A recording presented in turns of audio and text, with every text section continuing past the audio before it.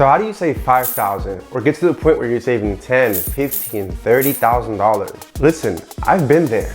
Maybe you think your income is not high enough, you think your expenses are too high, or you just don't know where to start. You don't have the right system in place. In this video, I want to show you 3 ways of how I approach saving more money, increasing my income, and investing more.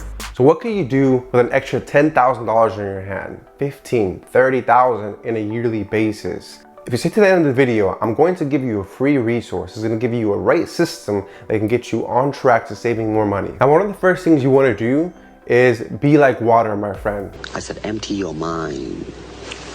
Be formless, shapeless. Know where your money is coming in and where it's going out. Add up all of your income, add up all of your expenses when it comes to Netflix, Hulu, Amazon, car insurance, life insurance, your rent. And then from there, now you have your income, now you have your expenses. Now you also want to add up all of your debt and how much are you paying on a monthly basis if you do have any debt. This is probably going to take 15 to 20 minutes of your time, but now you'll have what you spend on a monthly basis and what your income is on a monthly basis. You're able to multiply that by 12.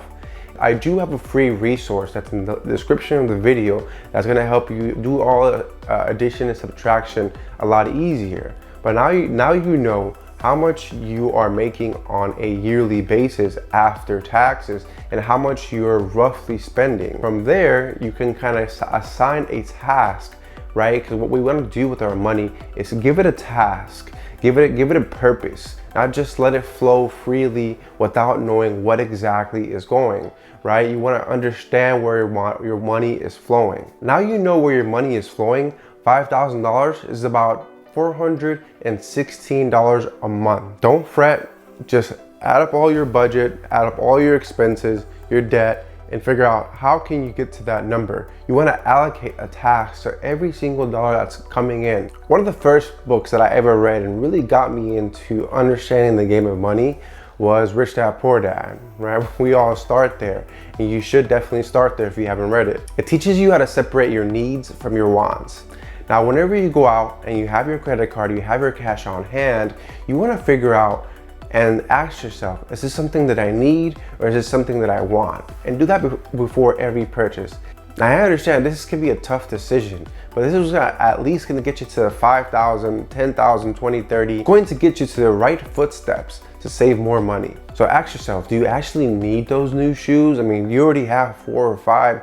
Do you actually need that new TV? Do you need that new PlayStation? Or is it a want, right? Separate your needs from your wants, and that's what's going to get you to the right track and getting you a right foundation for your future.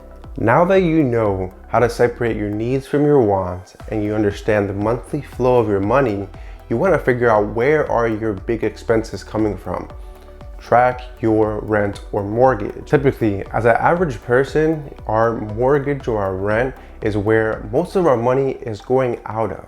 A few things to consider. Maybe you want to get a roommate, or maybe you want to get to the point where you're house hacking, which is what I'm currently doing right now. I have someone living in the place that I purchased and we're splitting the monthly mortgage, right? I'm saving a ton of money, building my equity, gaining appreciation, tons of benefits when it comes to house hacking. And it's not all about saving on the cup of coffee, saving on a small pair of shoes. Really, at the end of the day, it comes to what are your big living expenses. So really look at that sheet, figure out how much money are you spending on living and your car insurance, car payments. These are big payments that you really want to look at. So look at the big payments. And I know this is not something that you can easily change overnight, but this is something to keep in mind and have for your future goals, to figure out how do you save on your monthly living expenses, right? If it means that you need to get rid of your car because you're spending $400, $500 on a monthly basis, or you need to get a new roommate, or you want to do house hacking, a few different options. And beyond all of this, And a big mistake that I didn't realize until I was a little bit older is it's not all about saving. It's not all about being super frugal and trying to save as much as I can. It's more about how can I continue increasing my income so that I can eventually one day purchase the things that I do want, because my income is increasing and I'm reaching my goals a lot faster. So my friends, thank you for watching.